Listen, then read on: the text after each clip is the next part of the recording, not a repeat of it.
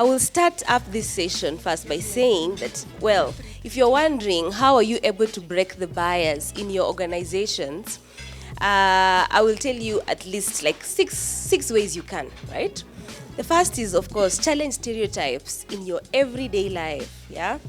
The second is support other women to achieve their career goals, yeah? The third is stand up for equal pay. I mean, whoo! And the fourth is create a family-friendly environment, right? There's work-friendly, but sometimes don't be too, have a work-friendly environment. And the fifth is try to have a company culture that sets the foundation for equal chances for everyone. That, I think, that goes directly to the leaders. And all of you are leaders in your own capacity, by the way. So try to have a company culture that sets the foundation for equal chances for everyone. And the sixth is pay attention to gender-sensitive language. This is something I'm also learning. So I hope we can all learn together. So I'll give a practical example and openly ask a question. And from there, you will all carry forward the conversation. So I was recently listening to a conversation in a company that is trying to expand and would like to hire somebody in a role in STEM, right? The role entailed working from the office, so there is no working from home here. And so the interviews were being done, and one of the applicants to this job was a woman, right? She performed exceptionally well. In fact, she was considered highly for this position, but there was a bone of contention.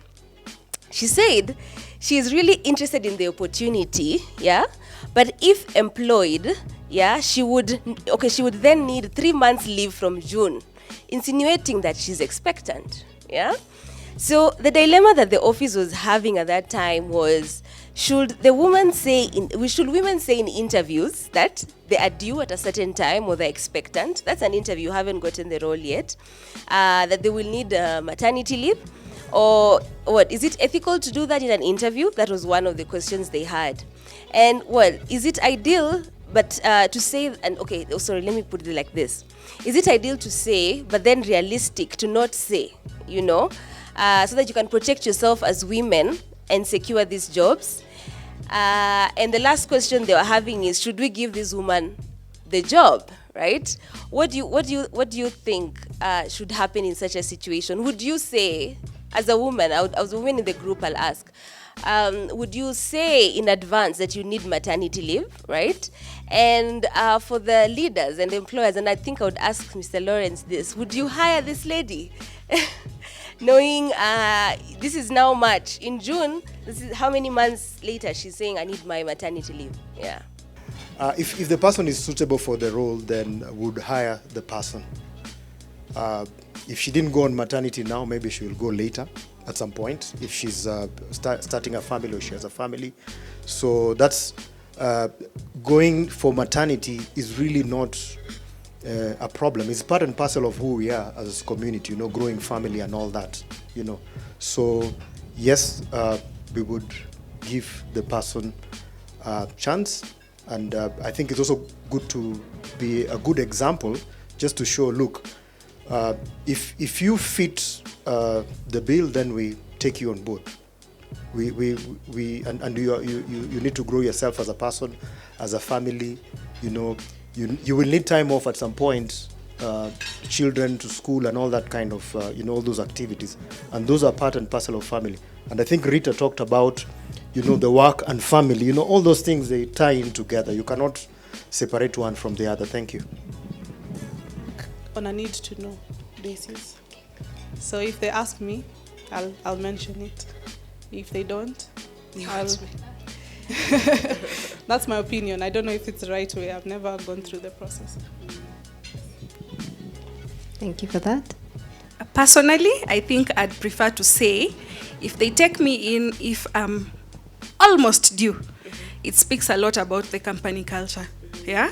If they don't, it also speaks a lot about the company culture. Yeah. To their other employees, assuming that the interview was not done by people from outside. It was done by people from inside. Yeah. Okay.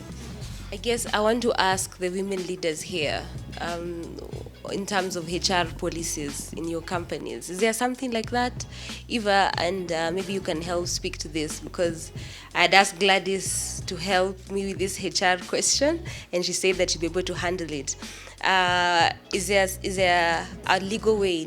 You've talked about launching a new policy, regarding women. Is there something like this that is going to be there about before hiring a woman, do not discriminate them? Or maybe what are the terms and conditions for hiring a woman when they're expectant? How many months in or years in should they ask for leave, maternity leave? So the question, I guess you were discussing before, but let me give you the background. So the question is, there's an interview going on, and this woman says, that I'm interested in this opportunity, but then if you give me this opportunity, I would need leave in June. So this is March, and they're saying in June they will need leave. Is that best way to approach it? And in your policy advocacy, is this something that you've been looking at putting in place? Yeah. Thank you. Tough question for one who is not a lawyer. But yes, I'm happy to confirm that our policy, the new one that we will all own, has already had that foresight. And issues of discrimination on the basis of natural process will have been provided for, okay? Yeah. And I also want to stand correct and say that I talked about 100 years and etc. We have lots of multinationals that operate in this market, and those multinationals have often had their own gender policies, and therefore when we have interacted with diversity and inclusion culture, it is because it has probably been imported into Kenya, okay? So maybe you work for a company like maybe Colgate, you probably work for Diageo, you probably work for IBM, you'll find that that's already there.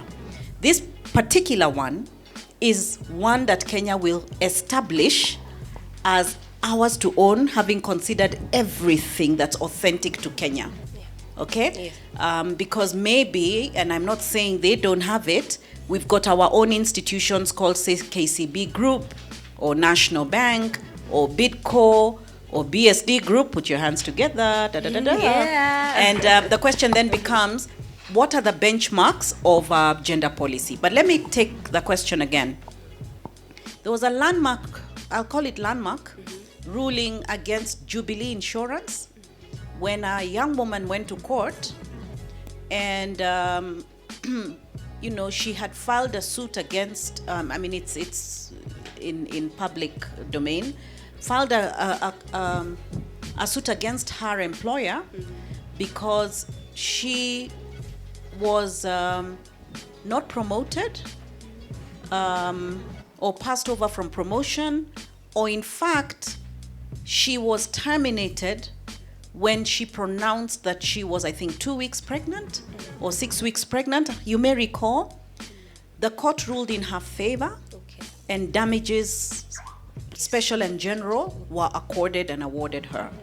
So for me, that's already a benchmark, that I am smart and I happen to be a woman, I have potential to become pregnant. Whilst I am working, whilst I am giving you good service as an engineer, as a sales and marketing lead, as a CEO, as a chair of a board, that should not therefore qualify me for any discrimination, not termination, not less pay. In fact, you should line up everything possible to make my journey easier. You should probably increase my pay. Hello. You probably should be sending me a driver to pick and drop me, because this life that you are carrying could potentially be president of Kenya. Yeah. All right? Maybe this is the next Wangari Maathai, right? Maybe this is the next scientist to tell us this we have found is the solution to cancer. Do you get it? Yes. So how dare you choose to differentiate me? Yes. Right? Yeah. This life I carry may very well be the mother to the next president. Got it? Yes. Come on, girls. Yeah. Come on, girls. So nothing to be ashamed about Yeah. concerning becoming pregnant. It was tougher in my time. We have made it easier. So you all go out there, get pregnant, and make sure that you're raising the pregnancies right, because we need them for this country. We need to shore up our productivity. We need to create diversity and strength. Shall I stop now talking? I have given you guys permission. Happy International Women's Month to all of us. Come on. I'm loving this. I don't know anybody else who has a comment in the same regard, because I just want to open the floor now to any questions you may have or any topics you want to discuss today about breaking the bias. Actually, that's a very relevant question, because it actually reminded me of a former colleague of mine when she was changing jobs, and she just found out that she was pregnant, but she didn't disclose to the company because she was afraid she wouldn't get the role. And she got the role, and then she's like, okay, now I can tell them I'm pregnant. So it's a very real thing that we face as women in terms of wondering, can we get the position? Yes. Yeah. Thank you. Just to divert a bit from the topic, I had a colleague, one of our colleagues was pregnant, so she had to go for maternity leave. But then I had a very interesting conversation with her co-worker, our friend. He was saying that men should be paid more, because when women go for maternity leave, they have to pick up the workload, the extra workload for women. Because we are arguing about the issue of why are men paid more than women. And they're saying that there are those other things that men do. Like when women go on maternity leave, it's not like another employee will be brought in. The work has to be divided for the next 3 months or more. So I was wondering, the men in the room, what thought they have on that? Hello, my name is David. I'm production manager at Willow. And as a man in the room, I would say ideally the company would be well organized such that they organize the work such that the person, the remaining team, is not left struggling or such. And okay, it is actually a policy in the first world, where you have positions that are basically advertised as maternity cover. So you're told this contract is for 6 months, 3 months, 6 months, and you're told you're coming here to cover for this person, and when they come back, thank you. And hopefully Kenya will progress in that manner as well. Thanks for that, David. That actually is my colleague. That's my colleague at Willow. Yeah, so thank you so much. Yeah. Any other comment in that regard? So one of the things that I think we need as women to also be conscious of is our own biases against ourselves. So sometimes you will say, for instance, so it's important for us to be able to challenge the assumptions that are underlying why we think someone is behaving the way they are, or why we think, or who they are. So for instance, I'm going to pick an example from the conversations that were there before. Oh, this person is a better facilitator than this one because he's male, or because he's or she's female. So we need to first realize that capacities are not necessarily linked to whether you're male or female. So we have to be very conscious of the assumptions that we are making. When we say this person is better than this one, let us first of all remove that idea that they could be better because they are male. Okay, the people responded differently to this person because they were male, not necessarily. There could be other underlying, even gender biases within that group that was listening in, within that the participants, or generally that person could actually, just because they have a certain skill set, that made them better than this other person. So it's always good, and I always think, am I challenging myself as well? Am I challenging a bias that I may have and I may be blind to? Yeah, so just a comment. Okay, that's good. That's good. Thank you so much. It's a good one. Any other comment? We're all breaking the bias. How about Christine? Yes, I'm yes. here. Oh, okay, yeah. one thing when you're working with international, we're thinking global. You know, we're in Kenya, but we're global, aren't we? When we start working with international communities, you're not only black, but you're a woman. Anyone with experiences with that, because that's a different category in terms of how to break those biases.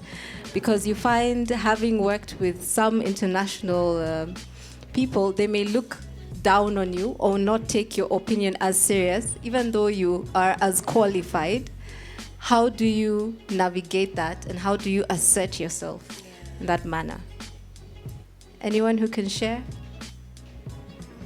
Yeah, I remember of such incident when I was being developed as a future leader. So the company I worked for, that's GM, once you have general management capability beginning to show, then you are fast-tracked for development. And you have a champion who picks you and goes with you as your senior leader to this developmental mid-senior leader forum. So we traveled to Singapore, and I am only woman amongst maybe 30 men and black. So you stand up, and of course tall, so I can't hide myself.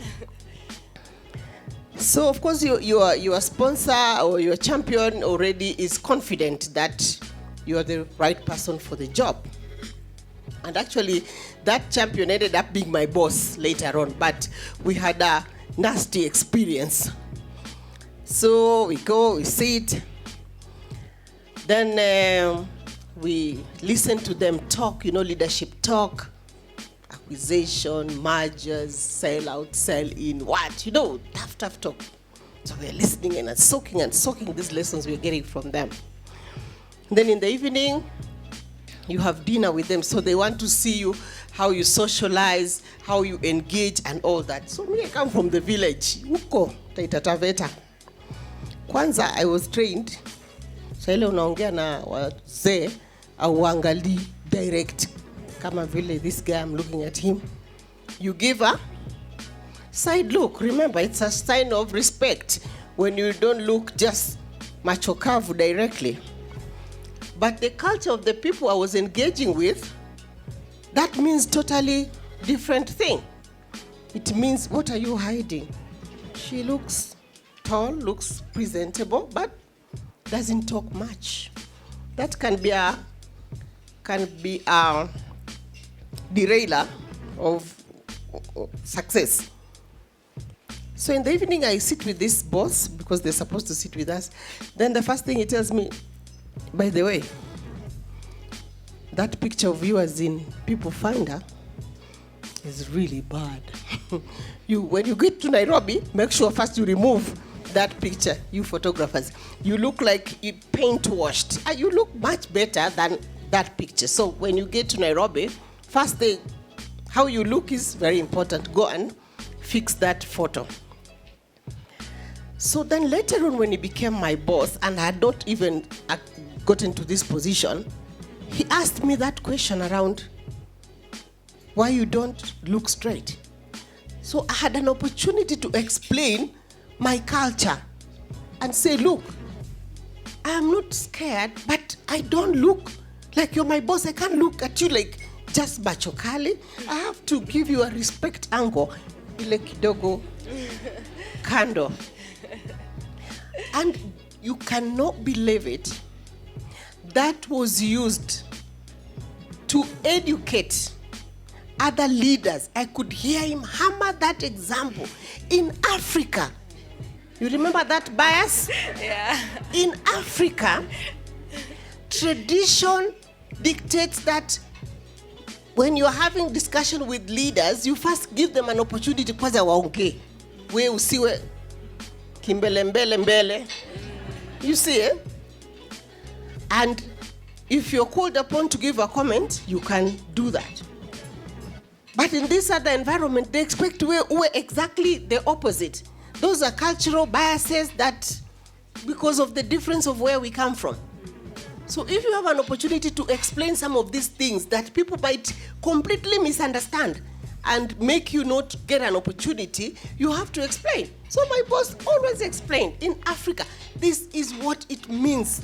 So when an African leader, man or woman even, I think men are more direct, comes, because you remember even mother-in-law, father-in-law, I think the tradition always says, you can't even look at your mother-in-law very direct. You also, as a man, you give you that respect angle look. So that was used to educate, but when I had the opportunity, I explained, because otherwise they would have made sure you do not progress. But again, in my organization, that diversity conversation that Eva was talking about already existed. So people were aware of the biases. So they work hard to make sure they don't come to the table when decisions are being made. But that conversation, it happened to me. So then I had to develop that to also understand the other culture and be purposeful to learn to have that direct look, because also it's not only them to understand my culture, it's also for me to understand the organizational culture, because I think that was more organization than white and black. But yes, been in those situations.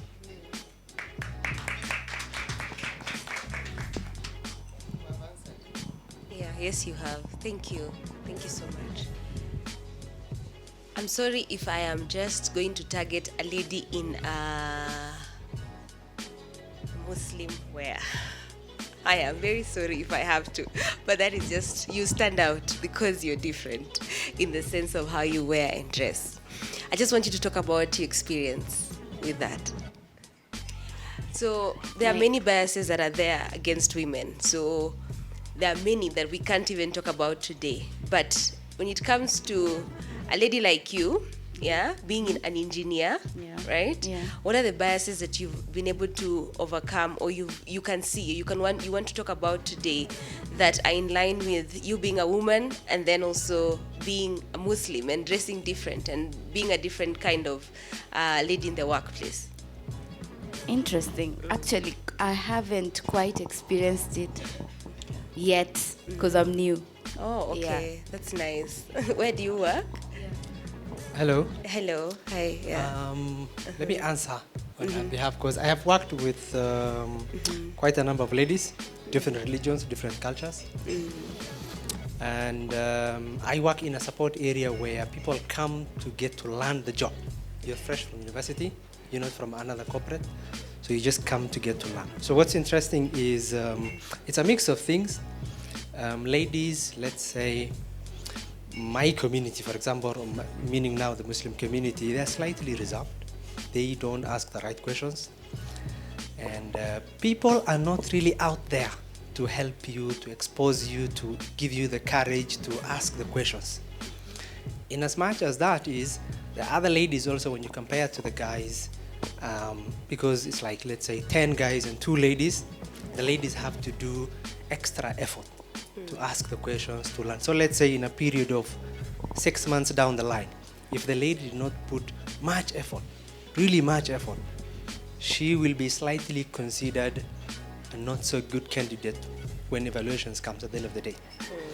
So now, from a guy's perspective, or from the people, the way people respond, the guys I work with is 50% of them have realized that when ladies come, especially when they are freshmen, both guys and ladies, you have to put extra effort. You have to make the ladies slightly comfortable, because it's a little bit a mixture of also people, different people. So it is slightly a bit challenging to be a lady who is reserved in where I work, unfortunately. Yeah. So you have to tell the ladies. You have to tell them please, before. Please. Yeah. Okay. This is the kind of environment you're coming into. It's maybe different from other corporates. So these are the kind of obstacles you have to work through. Fulani and Fulani and Fulani are better in helping you. So you point the guys who are going to help her. Okay. And then so that she can form a small community from day one who's going to help her 6 months down the line to make her a proper candidate who have the right skills. Yeah. Yes. Okay. Wow. Congratulations. That's nice. Just clap for you. So I guess we'll just close there. If there's nobody else who has anything else to say, yeah? You do? Oh, we do? Oh, yes, Eric. Oh, hi. Yeah, okay. I love this. The men are speaking up in regards to promoting women empowerment. This is amazing. Good afternoon. Good afternoon. My name's Hechi Marende, and I have, I don't know if I should call it a concern or a question, but it's all those wrapped in one. And I will direct it to Eva with regards to the gender policy. I'll give a story, which maybe you can get the questions from that story. There is someone, as we're talking about pregnancies and deliveries, we've gone up until the point where we're discussing the amount of time that the maternity leave is due. Usually it's, I think, about 3 months. Yeah. But that is because the deliveries are supposed to be smooth. You deliver a bouncing baby. However, in some cases, there's a percentage of our population that has premature deliveries. And therein, you get the problem of 1, time out of work, 2, the insurance that comes with that, because of, the baby has to be in nursery, and then of course there's a payment, and how do you replace this staff member? So the story is that this someone had a delivery, premature delivery, and maternity leave is 3 months. So within those 3 months, she was still in hospital. And at the end of the 3 months, she was supposed to go back to work. Fortunately, she works for a public sector organization who was able to give her some more time, and through some arrangements, not affect her pay. And I'm talking about in the middle of COVID. This was COVID times.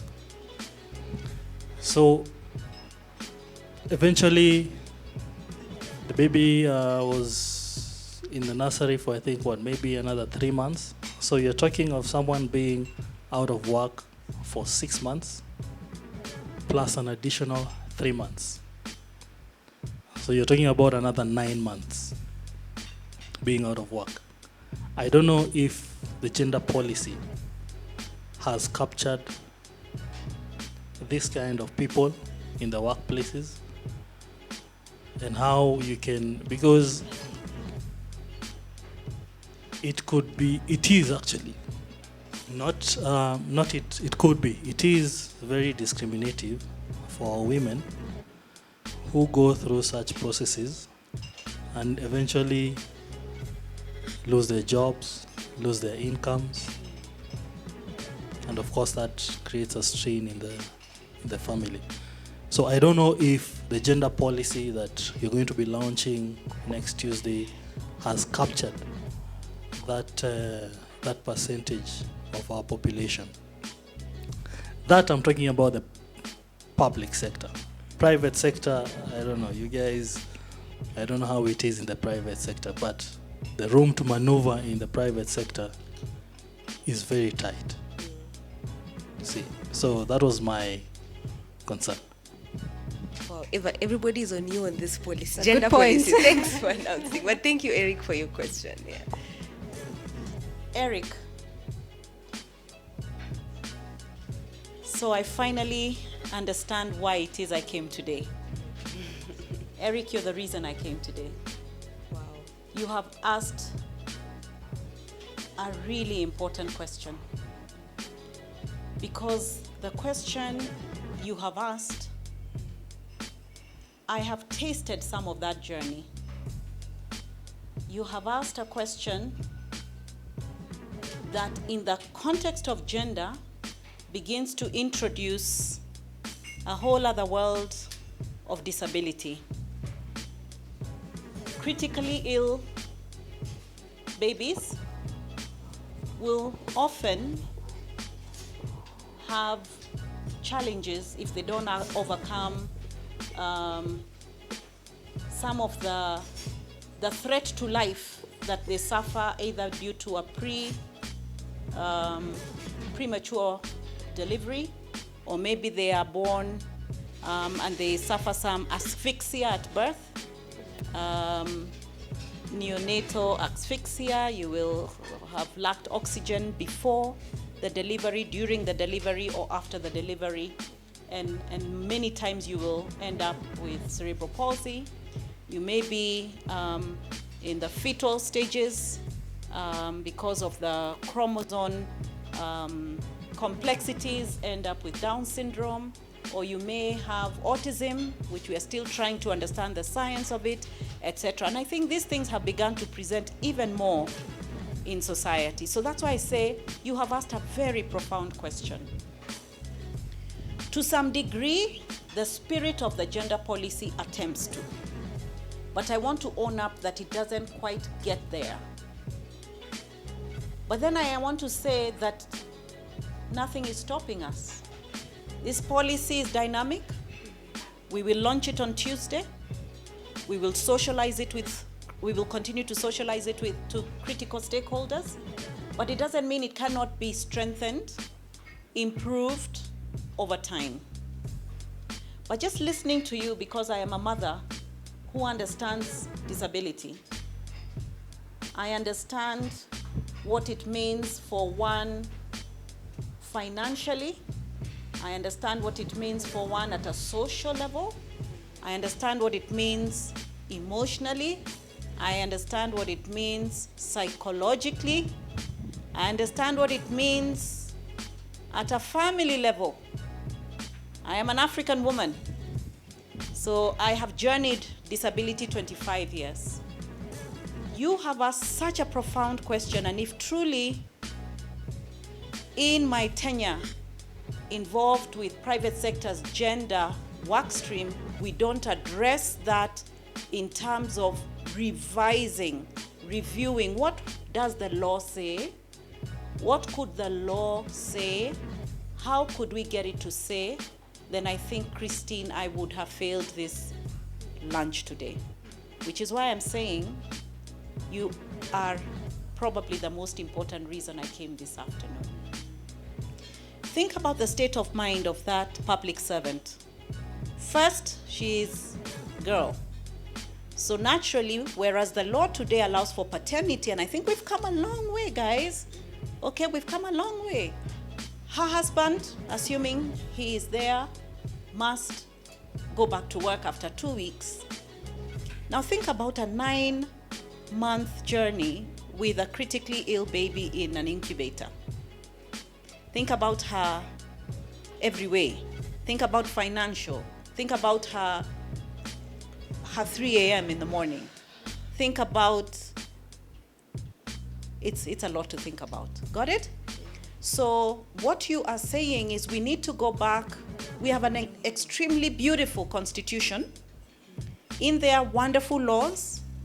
In there, equity and equality, huge. So we are not coming from a place where the society and community of Kenyans don't understand the disparities. Huge, huge milestone. So we could take it up as the Gender Sector Board of KEPSA to say, a very interesting question was asked. A question that is beyond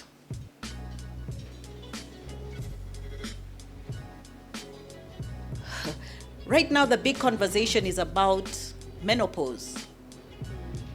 It's a big conversation that you still have energy, you have good ideas, you've got a good mind, you can still serve, you can still practice, you can contribute.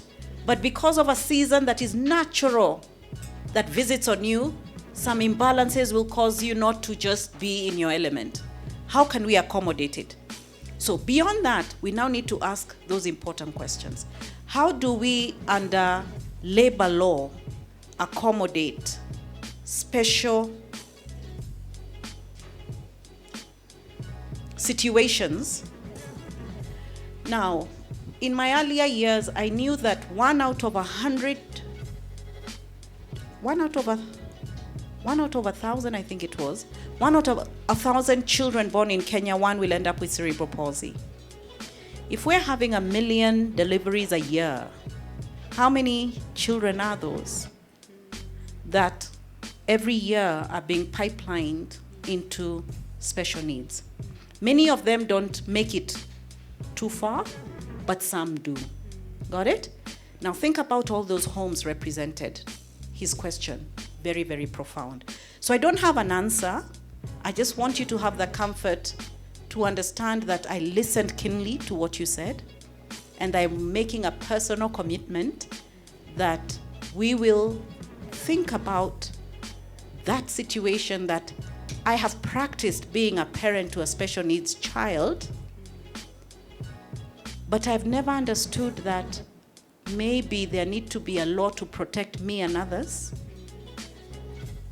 and that it is just that, to advocate and lobby and legislate so that the environment within which that woman finds support, not just her partner. We must always remember it's owned. You know, the men may not be breastfeeding, but they don't want to, they're not enjoying the situation of special needs in their family, or a child who is still in an incubator so long, okay? So Eric, something tells me you're my new best friend from this afternoon. But I think he has really asked an important question, and gender is all of us, even those who are differently abled. God bless you for your very good question. Thank you. Eric has given us something to think about. Eva has given us something to think about. And I just want to close the conversation there, because I don't think any more needs to be said. We just have a lot to think about and now go in action, you know? We have a lot to go in action now. So I'll just do my vote of thanks, right?